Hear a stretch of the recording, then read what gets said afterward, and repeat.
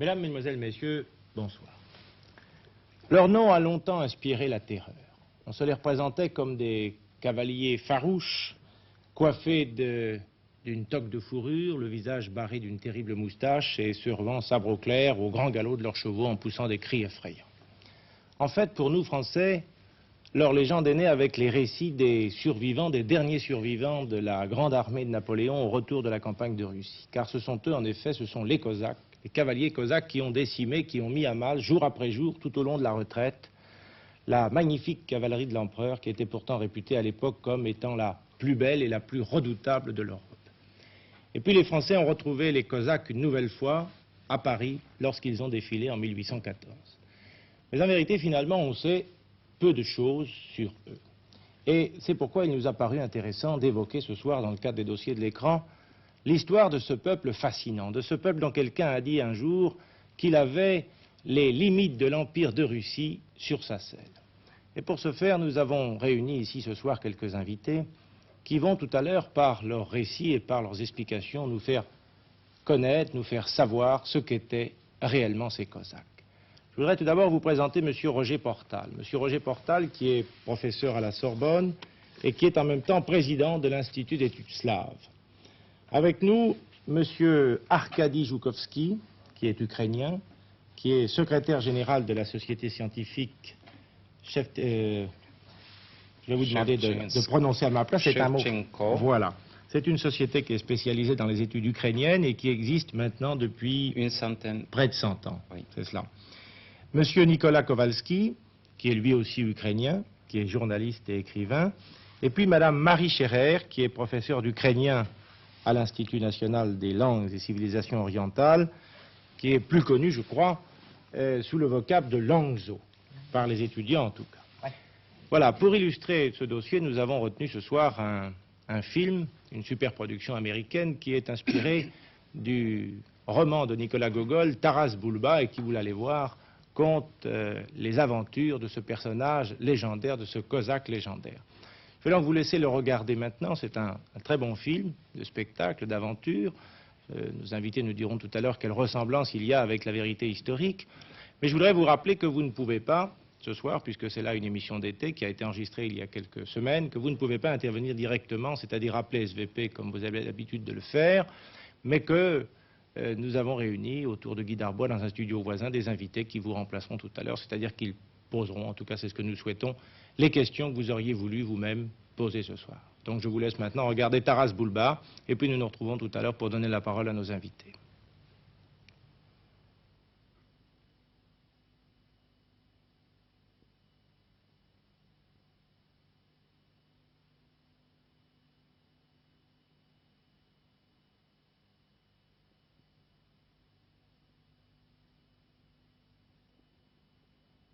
Bien, après la projection de ce film, je souhaite que vous restiez avec nous jusqu'à la fin de cette émission, mais je voudrais tout de même vous rappeler que vous ne pouvez pas ce soir intervenir directement, c'est-à-dire appeler SVP, puisque cette émission, comme les autres qui ont été diffusées au cours de l'été, a été enregistrée il y a quelques semaines et que vous ne pouvez donc pas ce soir intervenir vous-même, mais nous avons, comme il est de coutume pendant ces émissions d'été, réuni dans un studio quelques invités autour de Guy Darbois, des téléspectateurs qui, nous l'espérons, je l'ai dit tout à l'heure, sauront poser les questions que vous-même vous auriez voulu poser après la projection de ce film Taras Bulba, et à qui nous allons maintenant, si vous le voulez bien, donner tout de suite la parole, c'est-à-dire par l'intermédiaire de Guy Darbois. Eh bien, ces téléspectateurs invités dans mon studio sont encore sous le charme du film et de son action. Certains d'entre eux ont lu le roman de Gogol, oui, mais il y a bien longtemps, et leurs souvenirs ne sont plus très précis. Cependant, le mot de cosaque évoque en eux de nombreuses images qu'ils vont tenter de vérifier auprès de nos invités. Ils ont des questions très nombreuses à poser sur l'origine de ce peuple, sur son histoire, sur ses mœurs et ses coutumes. Mais au début, ils demandent à nos invités de bien vouloir nous indiquer les ressemblances et les différences entre le film et le roman de Gogol, Taras Bulba, d'une part, et de ces deux œuvres avec la réalité historique d'autre part. Monsieur Joukovski, Monsieur Portal, qui veut commencer? Oui. Joukovski, peut-être. Moi, je pense que le film a été tourné par les Américains et ils ne connaissent pas le fond historique de peuple cosaque de l'Ukraine. D'abord, ce qui frappe dans le film, c'est qu'ils ont présenté cette académie de Kiev comme une académie jésuite, une académie polonaise, ce qui est tout à fait faux, parce que l'académie où on étudiait les fils de Taras Bulba était une académie ukrainienne orthodoxe, fondée par le grand métropolite d'Ukraine, Pierre Mohela, et c'est un point qui m'a choqué dans ce film. D'autre part, bien sûr que l'action qui se passe dans le film n'a pas beaucoup de ressemblance avec la nouvelle de Gogol. Il y avait des choses inventées, en commençant par les costumes, par les habits et par les mœurs de Cosaques qui étaient plus ou moins fait dans le sens, si je puis dire, de cow-boy, quelque chose qui frappe les gens de l'Est, les gens qui connaissent l'action. La même chose, l'action de film est tout à fait les différences qui étaient écrites dans le film, mais en tout, il rend un peu la vie de ce peuple guerrier qui était les Cosaques, et je pense que pour le public, ça donne une idée de ce qui étaient les Cosaques à partir du XVe jusqu'au XVIIIe siècle. D'autre part, le film nous a montré les Cosaques guerroyant contre les Turcs, contre les Polonais. Quelles sont les grandes batailles qui se sont livrées, disons, au XVIe et XVIIe siècle, et pour quelles raisons? L'origine des Cosaques, les Cosaques étaient les gens qui quittaient l'Ukraine pour aller dans les steppes et combattre les infidèles. C'est-à-dire, les Ukrainiens fuyaient à l'époque parce qu'il y avait l'introduction du servage. Et les paysans ukrainiens ne voulaient pas travailler pour le Seigneur. Alors ils s'enfuyaient dans le no man's land, ou la limite du royaume ou de la République, disons, parce que ça s'appelait République, mais c'était un roi dirigé par un roi, qui fuyait d'abord pour défendre ces limites-là, et d'autre part pour être libre. C'est-à-dire, le mot cosaque est d'origine orientale, turque, qui signifie homme libre, guerrier, gens qui, avec les armes dans leurs mains, défendaient leur pays. Les Cosaques Zaporog étaient les plus audacieux. On dit que c'est fer de lance de la cosaquerie, et c'est eux qui ont mené les guerres. Vous m'avez demandé quelles étaient les grandes batailles. D'abord, leur chef. Les Cosaques Zaporog étaient organisés à partir de la deuxième partie du XVIe siècle, et nous connaissons les chefs Baïda Veshnevetsky, nous connaissons Petro Sahaïdachny, mais le plus grand chef, c'était le hetman Bogdan Khmelnytsky, qui a combattu les Polonais, surtout les Polonais, et il a libéré l'Ukraine et il a fondé un État indépendant ou autonome cosaque.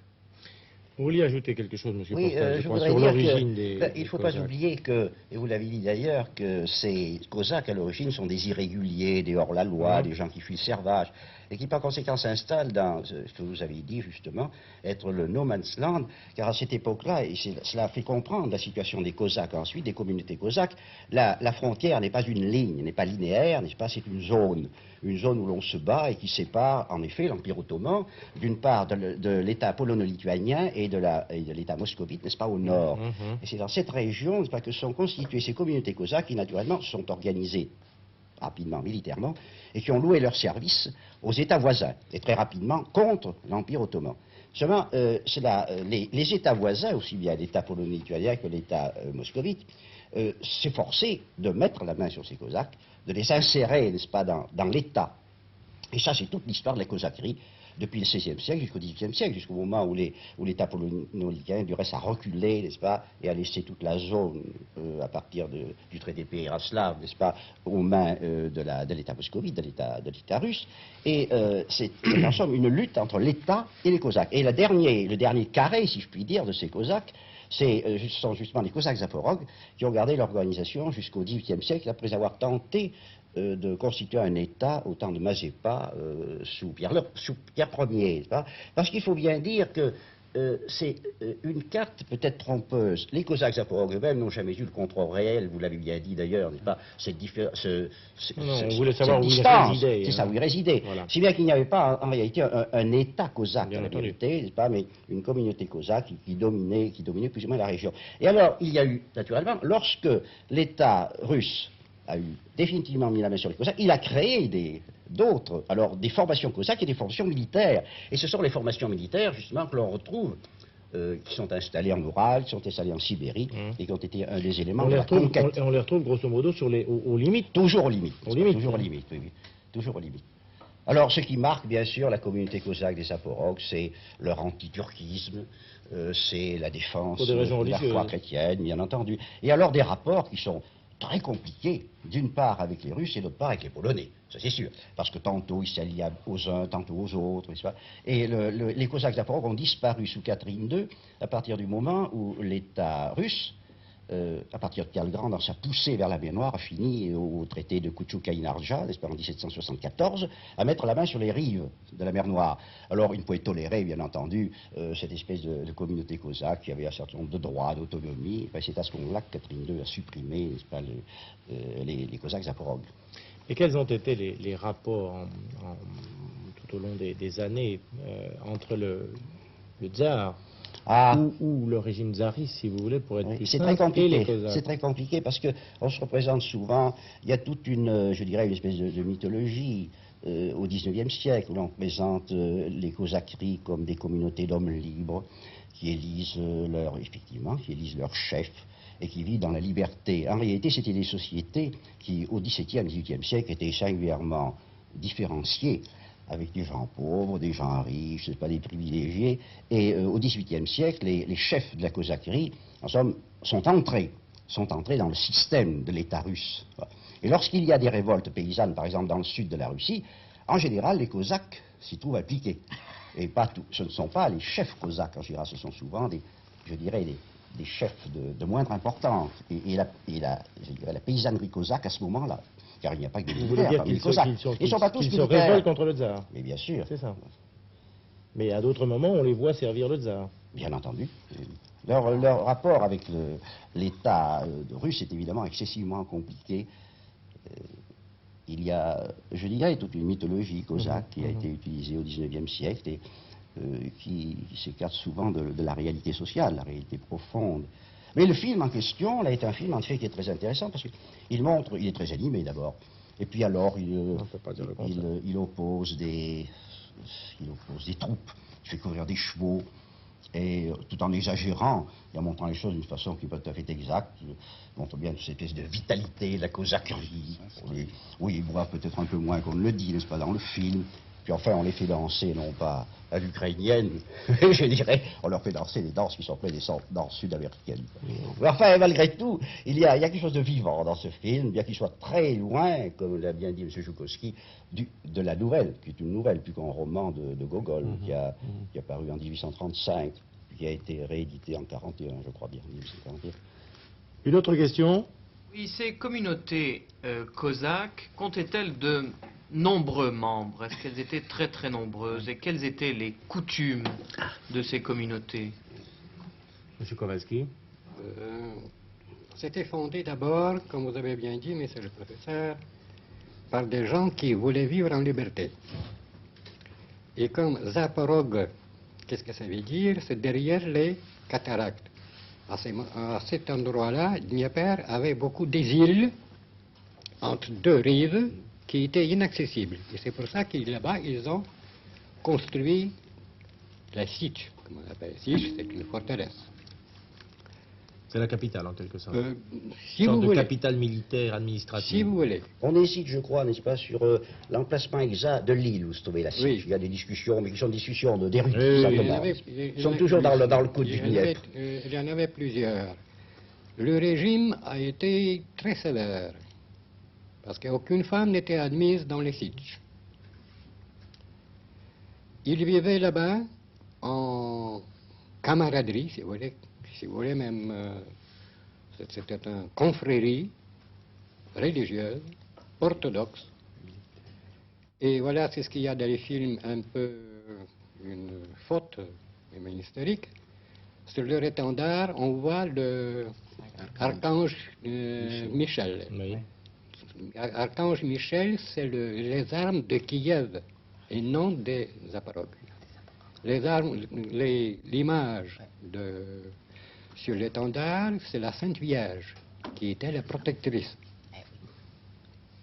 Et son homophore, comme on l'appelait, c'est-à-dire le châle de Sainte Vierge qui protège les Cosaques. Il était de tout métier, il savait tout faire. Il construisait des barques, par exemple, des espèces de bateaux de 40-50 mètres de longueur, armés pour 40 hommes. Il faisait des incursions en Turquie, à Trapézunde, à Sinope, à Constantinople également, sur ces barques. Il revenait ensuite. Donc, il trafiquait, il trouvait du métal pour fabriquer les armes. Il fallait avoir de la poudre, il fallait avoir des pistolets, même des canons, etc. etc.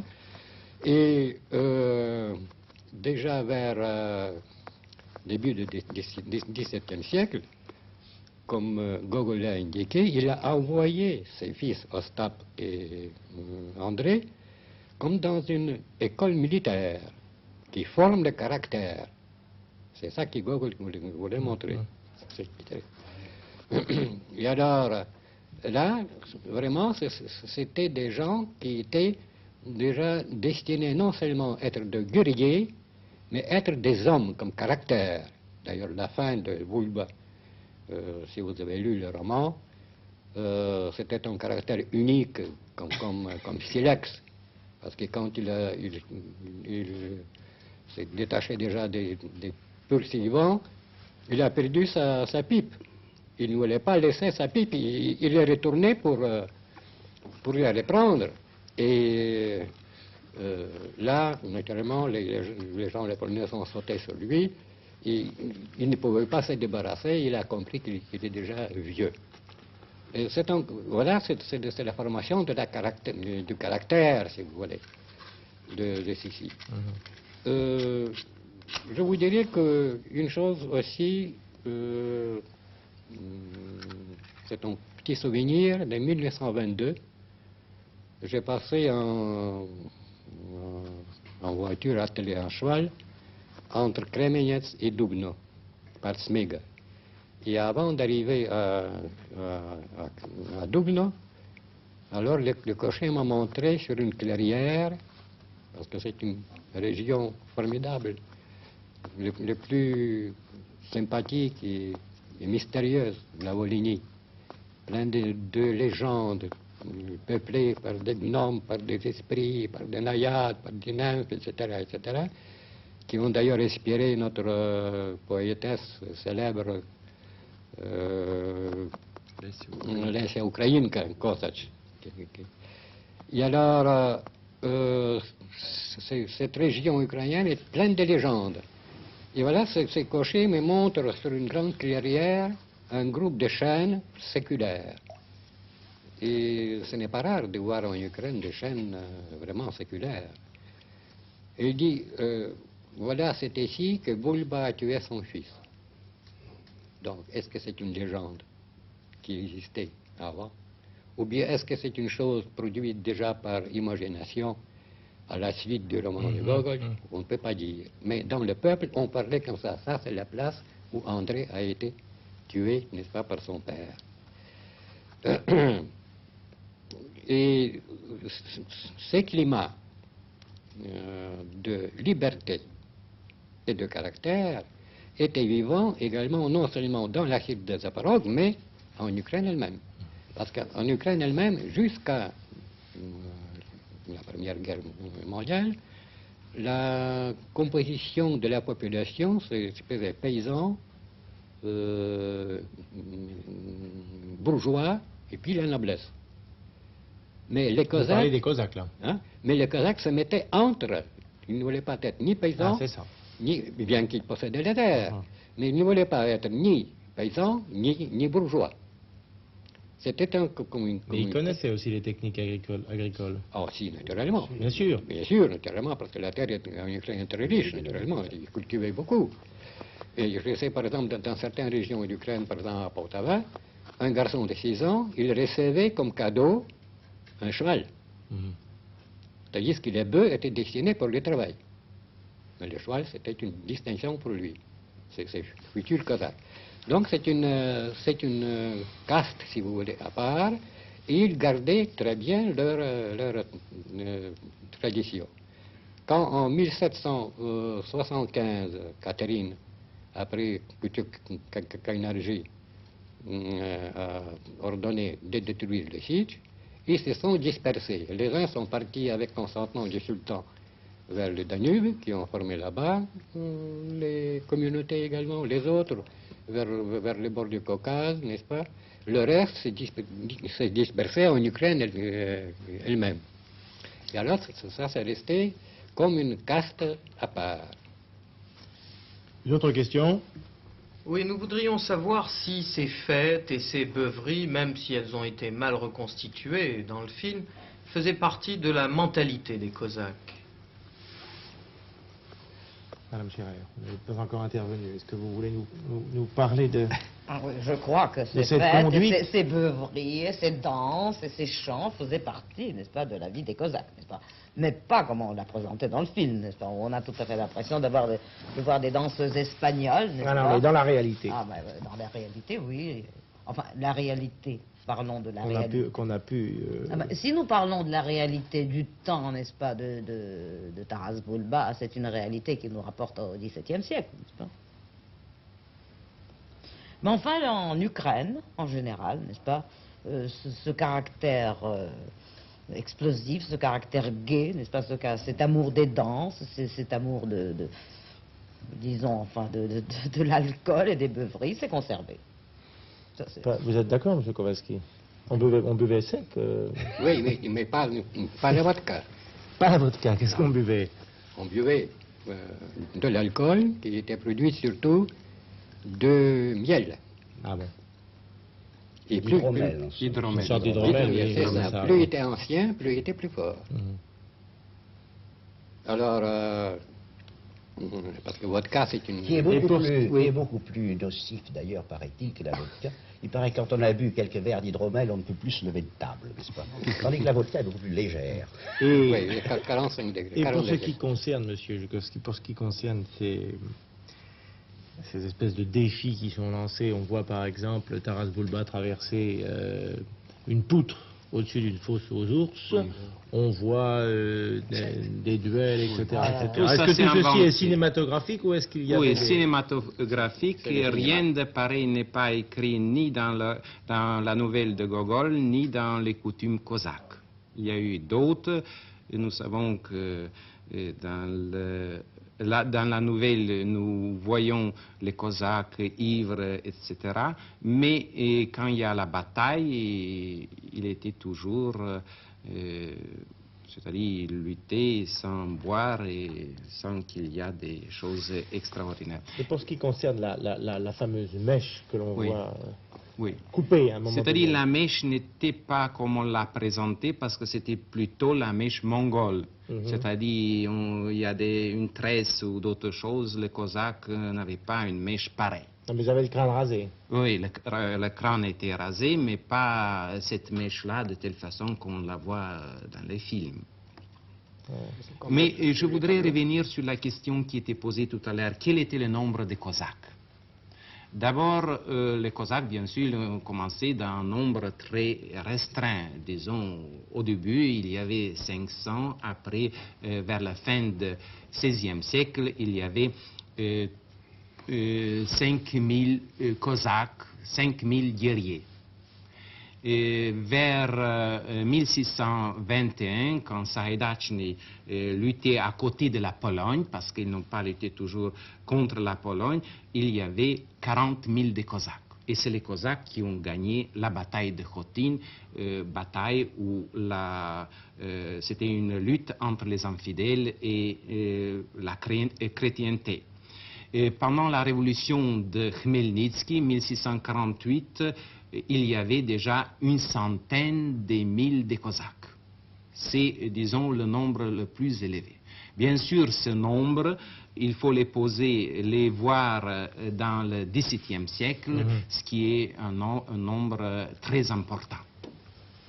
Et plus tard, au XVIIIe siècle, autant Moscovie d'un côté, qui supervisait les Cosaques d'Ukraine sur la rive gauche et les Zaporogues, que la Pologne qui supervisait l'Ukraine sur la rive droite, le nombre a diminué. Parce que autant le gouvernement moscovite que le gouvernement polonais se méfiait des Cosaques. Il avait peur qu'à un certain moment, s'il y avait des dirigeants comme Ivan Mazepa, Hetman Ivan Mazepa, qui voulait libérer l'Ukraine de la suprématie moscovite, alors il s'est allié aux Suédois, roi Charles XII, il a essayé de libérer à cette époque l'Ukraine. C'est pour ça qu'à partir de 1709, bataille de Poltava, où les Cosaques étaient ensemble avec les Suédois battus par Pierre Ier, les Cosaques, le nombre de Cosaques était réduit et Sich était détruite pour la première fois. La seconde fois, définitivement, en 1775, par Catherine II, comme monsieur le professeur l'a expliqué. Une autre question? On voit dans le film, il nous sert de référence, c'est pour le moment ce que nous avons comme connaissance, on voit dans le film l'Hetman, à un moment, désavoué par ses colonels. Qu'est-ce que c'était qu'exactement un Hetman? Quels étaient ses pouvoirs? Madame Siré. Ah non, ça, je le laisse aux historiens. Non, bon. Monsieur Portal. Oui, ou bien M. Alors. Trotsky, je peux répondre. là, Allez, c'est monsieur intéressant. Portal, à vous. Allez. Enfin, c'est-à-dire, il y a le principe de l'élection chez les Cosaques. Oui. C'est ça. Et alors là, C'est la il y aurait- démocratie. C'est Ah, ça. La différence qu'il y a entre la nouvelle de Gogol et puis le film, c'est que dans la nouvelle de Gogol, il y a une élection. Il y a une élection, on renverse l'Hetman précédent ça, pour élire un autre Hetman qui est d'accord pour lutter contre les Polonais, au mépris d'ailleurs de la foi jurée. Voilà.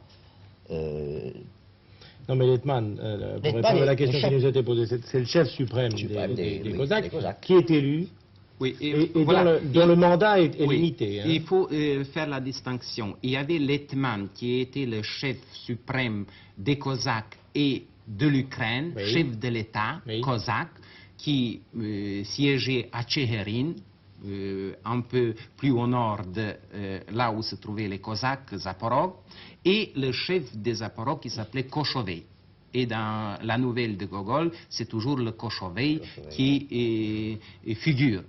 Et Taras Bulba était un polkovnik, c'est-à-dire c'était un colonel, c'est-à-dire subordonné au Kochowey ou à l'Hetman.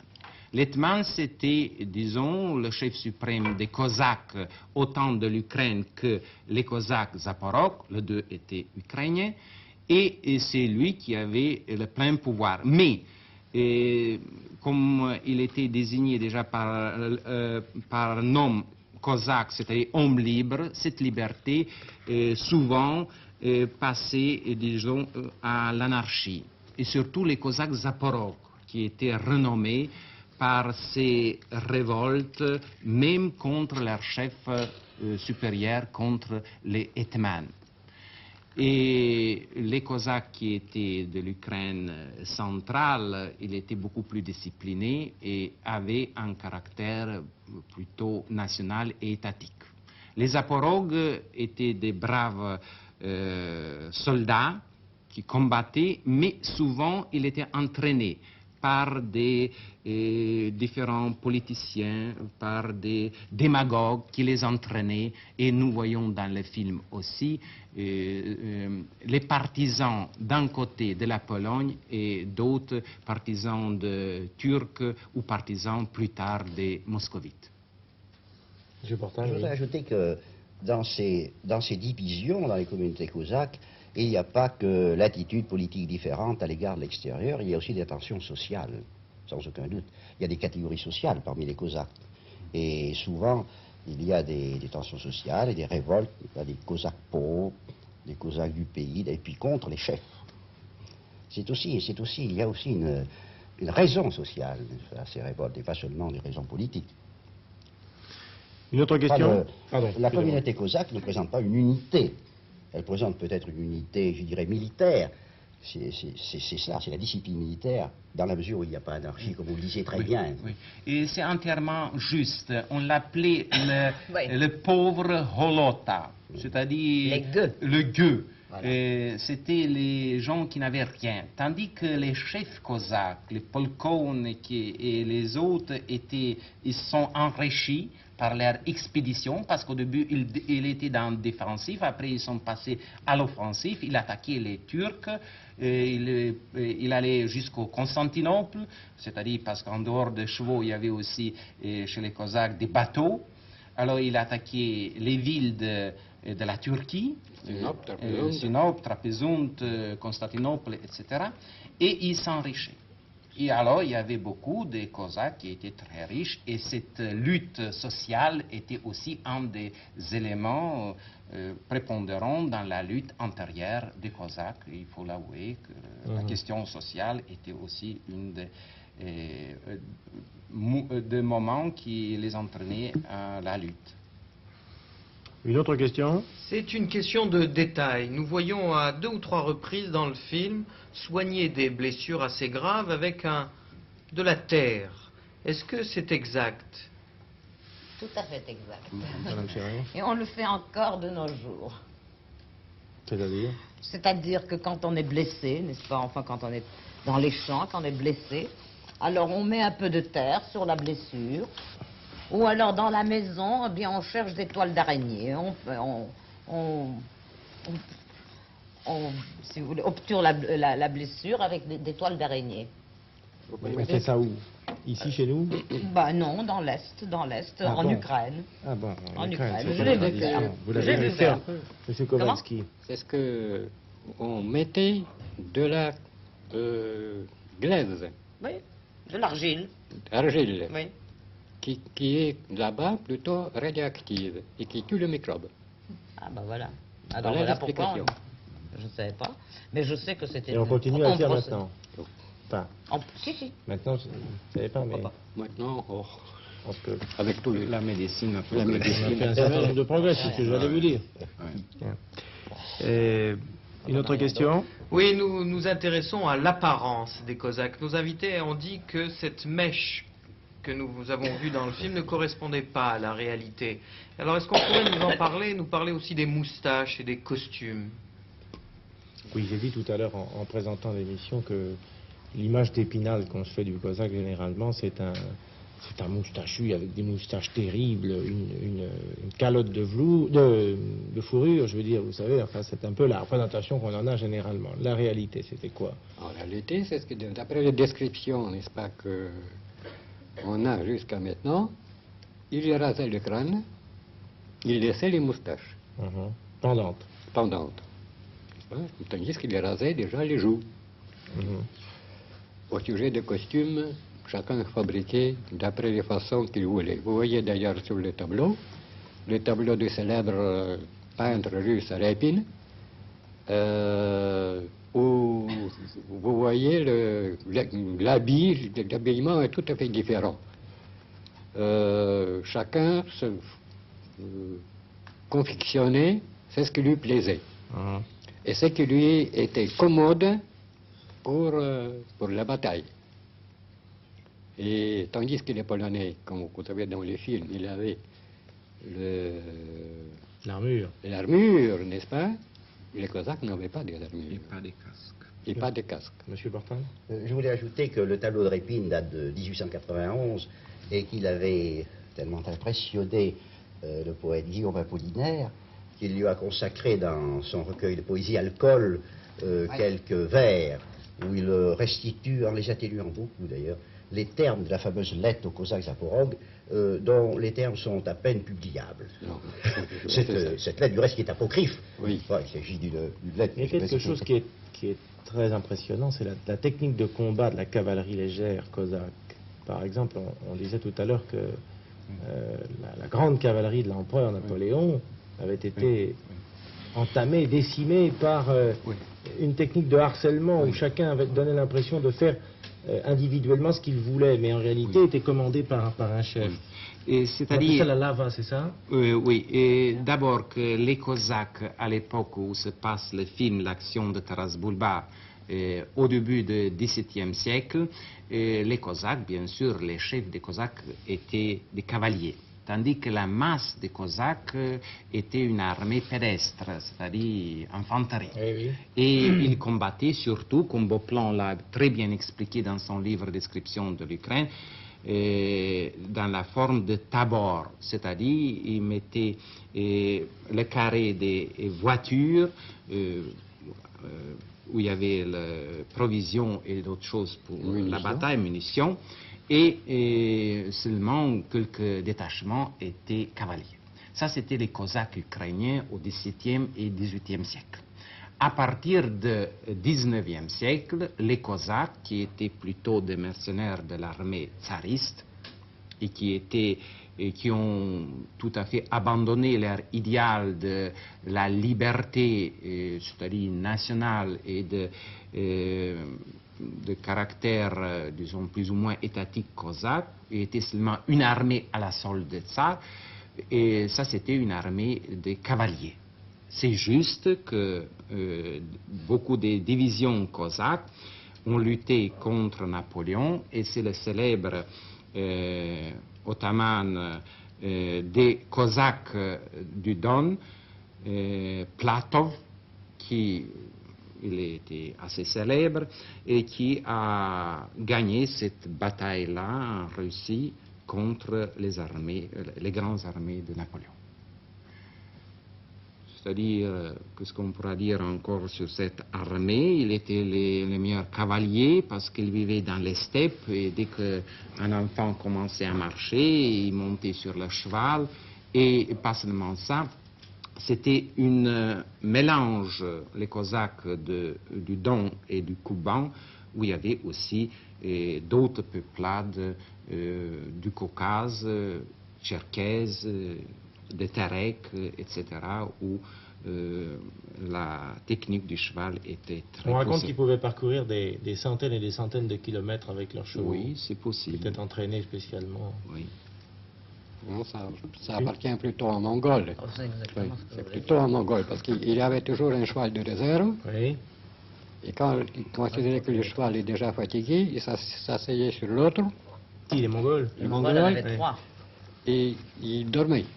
Et c'est pour ça que la cavalerie de Genghis Khan, elle a eu ce succès-là, surtout à Liegnitz en 1241, donc quand cette cavalerie a battu les chevaliers teutons Madame Scherer dit que les Mongols avaient 3 chevaux. Il me En semble qu'ils réalité, avaient c'est 3 encore chevaux. mieux. Il me semble qu'ils avaient 3 chevaux, les Mongols. Les 1. Ah oui, c'est ce qu'on disait, n'est-ce pas? Une autre question? Est-il vrai que des Cosaques sont venus en France un petit peu avant 1650, et pour quelles raisons sont-ils venus? Ah, ça oui. Non. Non, monsieur Zhukovsky. Et la première fois, les Cosaques sont venus en France en 1645 et 46. Et l'armée française avait besoin de, disons, mercenaires. Alors les Cosaques étaient réputés par leur bravoure dans la lutte contre les Turcs et les Tatars, aussi en partie contre les Polonais. Et à l'époque, c'était une période de paix entre les Cosaques et les Polonais. Un de leurs chefs, des Cosaques était Bogdan Khmelnytsky, qui 3 ans plus tard est devenu hetman, chef de l'État. À l'époque, il était un polkovnik, c'est-à-dire un colonel. Alors, quand le gouvernement français a demandé des soldats, 2000 des Cosaques sont embarqués à Danzig, Gdansk, et ils ont traversé, ils sont arrivés à Dunkerque, et là-bas, ils ont combattu à côté de l'armée française pour libérer cette ville. À côté de Khmelnytsky et de ses Cosaques était encore un célèbre Kochové, chef de Cosaques, qui s'appelait Ivan Sirko, dont monsieur le professeur a eu beaucoup la peine à expliquer aux Ukrainiens de Nikopol, de Kiev et d'autres parts de l'Ukraine qui affirment qu'en France il y a une statue qui est consacrée à ce chef cosaque Ivan. Qu'on n'a jamais pu trouver. On n'a pas trouvé, mais c'était la première fois que les Cosaques étaient venus en France. La seconde fois, c'était après la défaite de Mazepa à Poltava. Un de leurs chefs, Grégoire Orlik, qui était général de l'armée française, ancien cosaque, ami et parent de Mazepa, il a organisé aussi des détachements des cosaques qui ont lutté dans l'armée française et qui sont dispersés après en Lorraine. Mais aucune trace de cette, disons, première immigration cosaques en France n'est pas restée. Et ensuite, on les retrouve en... On les retrouve après les Cosaques en 1814, après la défaite de Napoléon. Alors, ils ont stationné sur les Champs-Élysées, en tête avec ce général ou ottoman des Cosaques, Plateau. Et il y a beaucoup d'histoires. On racontait que les Cosaques allaient laver leurs chevaux dans la Seine. Alors, ils se déshabillaient complètement nus et les Françaises les regardaient avec beaucoup d'envie parce qu'ils n'avaient pas, ils étaient habitués de faire de telle façon. Et de ce temps-là, c'est ce nom-là de Cosaque qui est un peu synonyme, disons, d'un homme brutal ou d'un homme... vous savez, on dit beaucoup de choses sur les Cosaques qui n'ont rien à faire avec ce que nous avons vu ou dans le film ou ce qui était au XVIIe, XVIIIe siècle. Et puis ensuite, on les retrouve encore on les retrouve encore en France, non. C'était pendant la Deuxième Guerre mondiale, si vous voulez, ou Première Guerre mondiale, quand la France combattait, où il y avait la descente de Odessa. Ah oui, on avait encore les armées françaises à Sébastopol. Oui. Il y avait aussi des détachements de côté russe et tsariste, il y avait des détachements cosaques. Et enfin, pendant la Première Guerre mondiale, ou la fin, après la Première Guerre mondiale, de nouveau, les détachements français qui ont débarqué à Odessa ont combattu contre les Cosaques qui étaient ou du côté de l'armée blanche russe, comme on l'appelle, et qui était subventionnée par les Français, où on trouve aussi des Cosaques rouges. L'armée rouge soviétique a essayé d'utiliser cette attirance, la gloire des Cosaques, et ils ont formé des détachements de cavalerie. Qu'on a retrouvé pendant la Deuxième Guerre mondiale. La Deuxième Guerre mondiale, et on dit qu'une partie de ces détachements-là ont conquis Berlin. C'est ça. Ça, c'est vrai, il y avait des détachements de cavalerie dans l'armée soviétique pendant la Seconde Guerre mondiale. Aujourd'hui, il n'y a plus besoin. Vous savez, souvent, il y a besoin qui crée différentes unités, et c'était aussi à l'époque. Une autre question? Et oui, d'autant plus qu'on me fait signe qu'il est tard et que nous devons bientôt rendre l'antenne, mais je dois quand même m'exprimer au nom des téléspectatrices qui sont autour de moi et qui trouvent que les Cosaques se conduisaient bien mal avec leurs femmes. Dans le film, c'est pas véridique, c'est-à-dire pas dans le film. Gogol présente encore pire le comportement des Cosaques envers, c'est-à-dire que Taras Bulba, en quittant sa maison pour Sich, il n'était pas très gentil envers sa femme. On exagère un peu parce que c'était les Cosaques de Sich qui vivaient à part, c'était un camp retranché des militaires, tandis que les autres Cosaques qui habitaient en Ukraine, ils étaient mariés, ils mettaient disons, une vie de famille tout à fait normale. La légende suivant laquelle les Cosaques Zaporog étaient célibataires et qu'ils enlevaient des enfants pour se perpétuer, était exact? Non, faux, pas en du fait. tout, pas du tout. Il n'était pas célibataire, c'est-à-dire quand il était un jeune candidat pour Cosaque, il n'était pas marié, mais après les Cosaques quittaient le camp militaire, il se mariait, il s'installait dans les steppes où il avait Khoutir, où il y avait Palanka, où il y avait une vie de famille normale comme partout ailleurs. Seulement, les militaires, c'est la même chose qu'aujourd'hui. Quand quelqu'un fait son service militaire, il n'est pas marié, il n'a pas la femme avec lui. Mais c'est pas vrai que les Cosaques enlevaient. C'est plutôt le contraire, que la légende des Zaporog ou la bravure attirait les jeunes. C'est-à-dire parce qu'en dehors de ce qu'on a parlé, que les Cosaques étaient les hommes libres, les guerriers, et il y avait aussi beaucoup des aventuriers qui venaient pour lutter dans ces armées hors la loi, disons, pour la loi ou pour combattre pour un idéal, parce que l'idéal c'était la défense de la chrétienté, la défense de l'orthodoxie.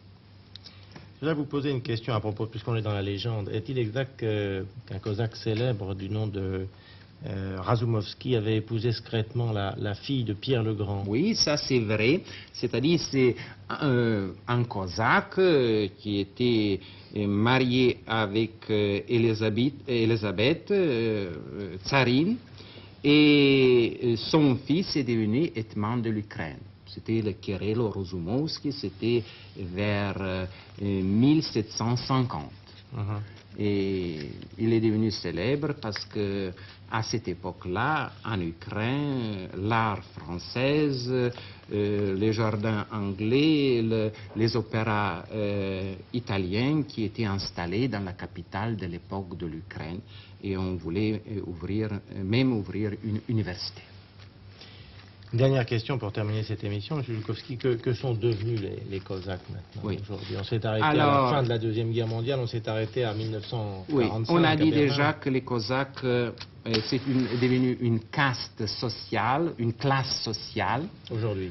Non, à l'époque. Oui. À l'époque. À partir de 1775 jusqu'à la Première Guerre mondiale, il bénéficiait de certains droits, c'est-à-dire il était paysan libre. Les autres étaient, disons, les serfs. Après, les Cosaques, c'est une classe qui était plus ou moins fondue, dissoute dans le peuple ukrainien, et aujourd'hui il n'existe plus de Cosaques. Et si vous direz à quelqu'un que c'est seulement la gloire encore qui dit je suis d'origine cosaque, ce sont les Ukrainiens qui sont devenus. Il y a d'autres Cosaques du Don et des Cubains qui continuent à affirmer qu'ils sont Cosaques et ils prétendent être une nation à part. Ils parlent russe, les Cosaques du Don, les Cosaques du Cuban qui parlent ukrainien. Et ils ont essayé de former l'État indépendant cosaque en 1818-19. Seulement, les Soviétiques les ont conquis et ça n'a pas continué. 1918 et 1919. Et aujourd'hui, ils vivent encore en émigration. Récemment, je parlais avec leur ottoman qui était très fier que cette émission aura lieu. Il m'a demandé de la présenter convenablement. Eh bien, M. Zhukovski, je voudrais vous remercier, ainsi que M. Kowalski, nos deux invités ukrainiens. Et Madame Scherer, bien entendu, et puis M. Portal, qui a bien voulu répondre à notre invitation. Je voudrais remercier également tous ceux qui nous ont prêté attention jusqu'à maintenant. Je pense que nous avons pu, enfin plutôt nos invités ont pu vous faire savoir qui étaient réellement ces Cosaques après le film que nous avions vu, ce film d'aventure. Et je vous propose maintenant de nous retrouver mercredi prochain en vous souhaitant une très bonne fin de soirée pour l'instant. Bonsoir.